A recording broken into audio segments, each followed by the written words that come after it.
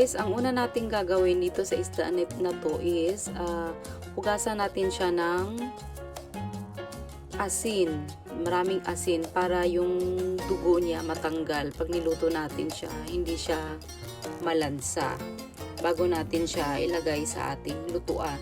Punasan din natin siya ng paper towel para yung tuyo at wala talaga siyang mga basa-basa na ano dyan. Para malinis siyang tingnan. Yan, ilagay lang natin sa ating lutuan. Tapos, i-mix lang natin yung ating mga ingredients na nakikita nyo dyan kanina. Lahat ng ingredients na yun, atin lang siyang ilalagay. I-mix lang natin ang ating garlic, ginger, laurel leaf, tapos ang ating red dried chili. Yan, nilagay lang natin. And then, ang ating ground black pepper, mga half spoon. Ayan. Tapos, maglagay din tayo ng lemon. Ayan. Para may konti siyang asim-asim.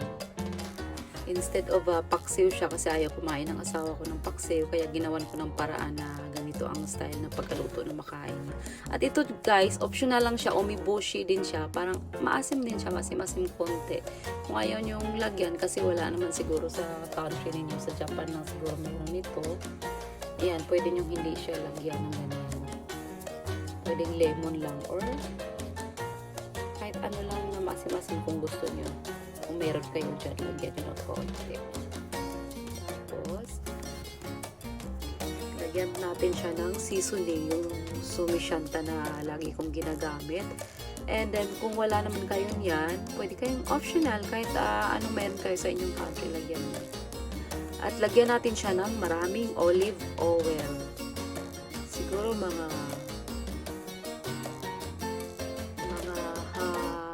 half cup of olive oil. Ayan. Damihan natin yung olive oil niya guys para masarap siya at yung mamaya pag niluto natin siya yung ano talaga yung buto-buto niya lumalambot sa olive oil. Ayan.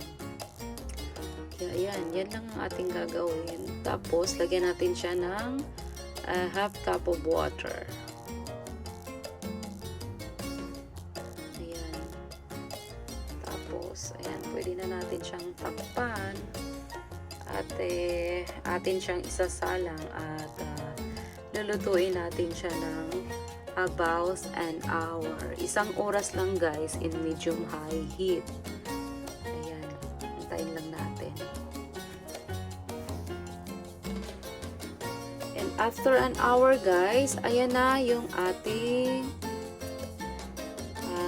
anduhaw na isda na niluluto natin sa olive oil. Ayan. Marami siyang bawang, marami siyang ginger, napakabango at saka yung lasa niya talagang napakasarap at saka napakalambot niya. Ayan. Try nyo guys kung tsak magugustuhan nyo yan. Tapos dagdagan pala natin siya ng ano, yung olives. Ayan, lagyan natin ng olives kasi mahilig ako sa olives eh. Favorite ko talaga yan. Kaya lagyan natin. Tapos tutuin natin siya ng 1 minute. Ayan.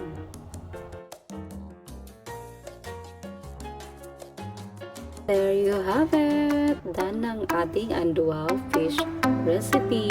I hope na magugustuhan nyo. At magkita-kita ulit tayo sa aking next vlog. Thank you for watching. Don't forget to subscribe. Hit the like button.